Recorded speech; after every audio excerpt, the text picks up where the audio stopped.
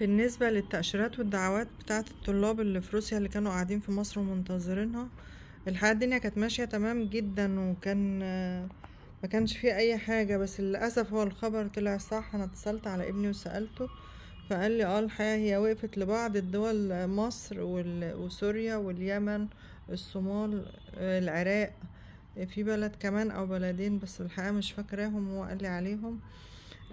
دي مش من الجامعات يا جماعة، دي من الوقفة من وزارة الهجرة، ومحدش عارف ان شاء الله تفتح امتى. يعني بالنسبة لولادنا الطلاب والطالبات ما يقلقوش، ان شاء الله ربنا يكبر بخاطركم وتروحوا. اما بالنسبة اللي معاهم التأشيرة هنا وخلصوها، او الفيزا كانت معاهم وبيخلصوا في اجراءاتهم يكملوا ويسافروا ان شاء الله هيدخلوا عادي.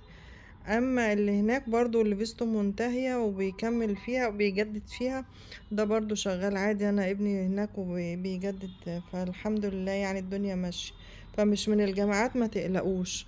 حتى الجامعات هي بلغت ما تدفعوش مصروفات لحد ما يعرفهم وزارة الهجرة هتفتح امتى. ان شاء الله ربنا يكبر بخاطركم كلكم وتحققوا كل امالكم يا رب، وتروحوا وتتبسطوا هناك برضو. وان شاء الله ربنا يفتحها للجميع في اي مكان. حاجة تزعل بس احنا مش عارفين هتفتح امتى. اكيد يعني هتواصل معاه دايما، واول ما اعرف ان شاء الله اقول لكم. وان شاء الله ربنا يطمن كل اب وام على اولادهم ان شاء الله. وبالنسبة للولاد ربنا يحقق لكم امالكم يا رب باذن الله. ونطمن قريب ان الدعوات فتحت تاني بإذن الله إن شاء الله. عموما هي مش من الجامعات، هي من وزارة الهجرة والداخلية هناك. وإن شاء الله ربنا يكبر بخاطر الجميع ويفتحها عليكم إن شاء الله بإذن الله. وزي ما قلنا اللي معاه الفيزا هنا يسافر عادي إن شاء الله، هيدخل في المطار هناك عادي. واللي هناك بيجدد اطمنوا على ولادكم الحمد لله.